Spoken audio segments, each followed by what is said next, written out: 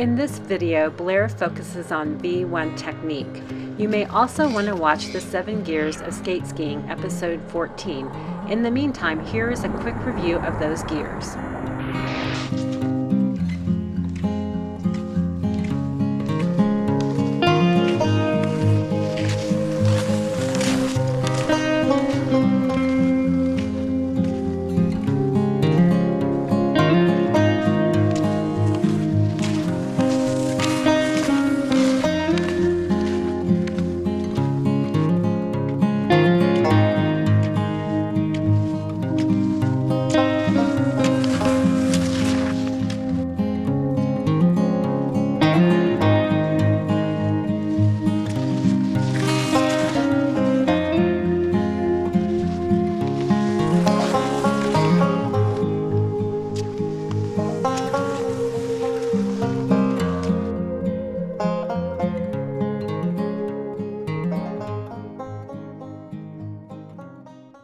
It's a snowy day in Truckee. We're expecting 7 days of snow, but we're out here to talk about skate skiing.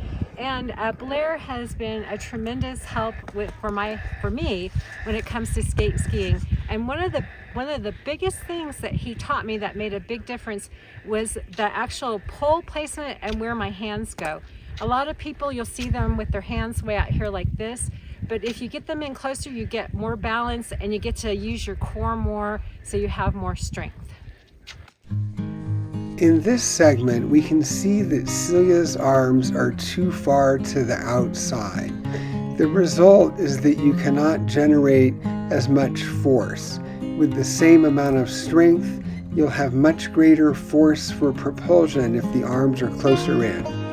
Celia's arms now are much closer into her body, and her left arm on the strong side is planting just a little bit in front of her ear, landing on a slightly angled pole.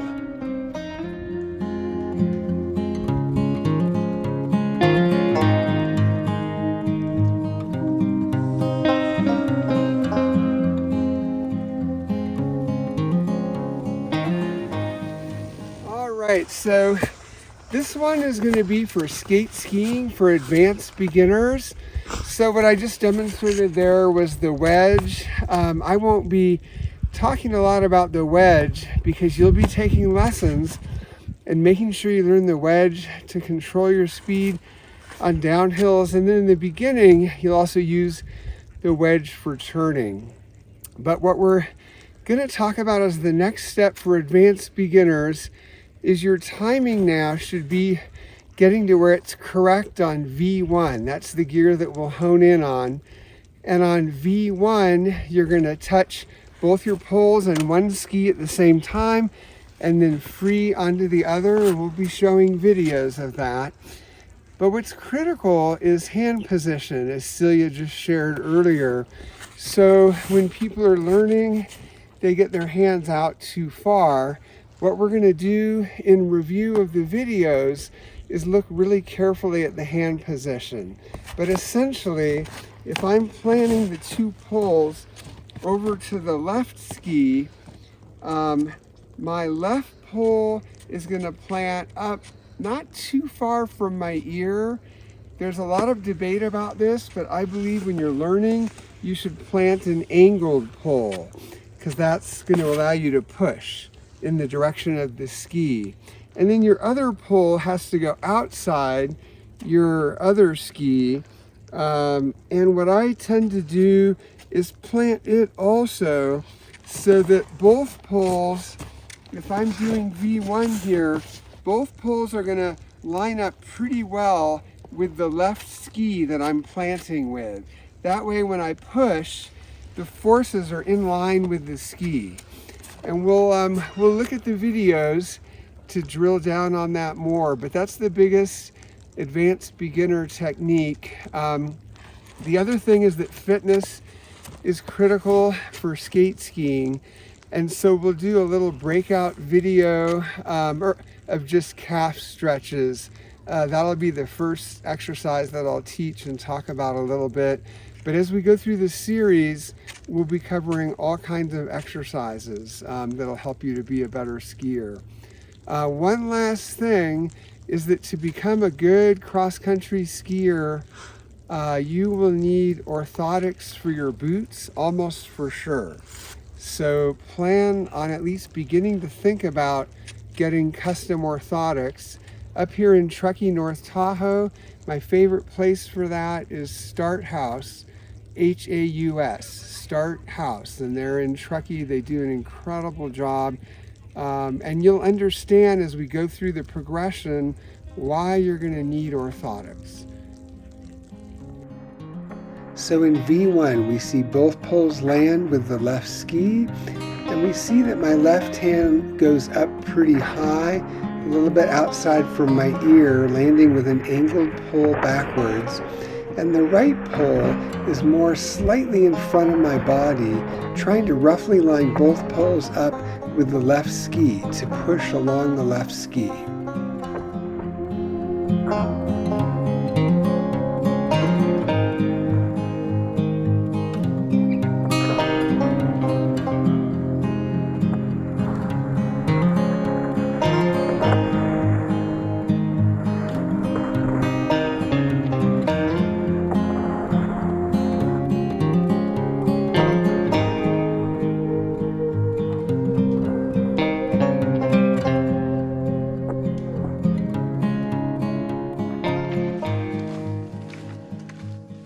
Okay, so just a recap for the advanced beginner lesson.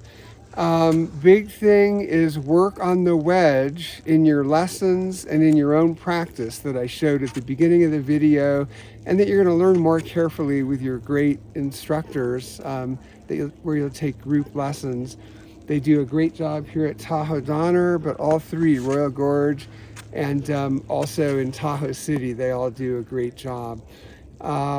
And so with V1, the most critical thing you want to learn, you want to have the timing down, which should be starting to get down now. The other issue is the hand position. And a really good trick is have your friends and family take videos of you skiing, coming and going, so that you can see what you're actually doing. It's quite remarkable when we kind of reflect on what we think we're doing versus when we actually see it. You know, bless our hearts, it's usually not quite as elegant when we see it, but then you can compare it to the slow motion videos and the regular videos in the series and just keep making improvements. So for now, it's going to be the timing on V1 and the hand position on V1. And for bonus, just the last thing to leave you with is there is the idea of leaning forward a little bit from the ankles. Of course, to do that, you're going to have your knees bent some as well, and your hips will naturally bend as a result. But I tend to tell people focus on the flexion at the ankle, because that's what gets you a little bit forward, and that's where we want to be when we skate ski. So hope you enjoyed this. If you did, please think about subscribing and giving us a thumbs up. And we'll be doing low intermediate, high intermediate, low advanced, high advanced, and low expert. And then, like I said before, if you get to where you're an expert skier, you'll probably be teaching or racing or some such thing where you'll have all kinds of great super high level clinics, and those will take you beyond what I'll be teaching. Okay, thank you. If you found this video helpful, please share, subscribe, and like.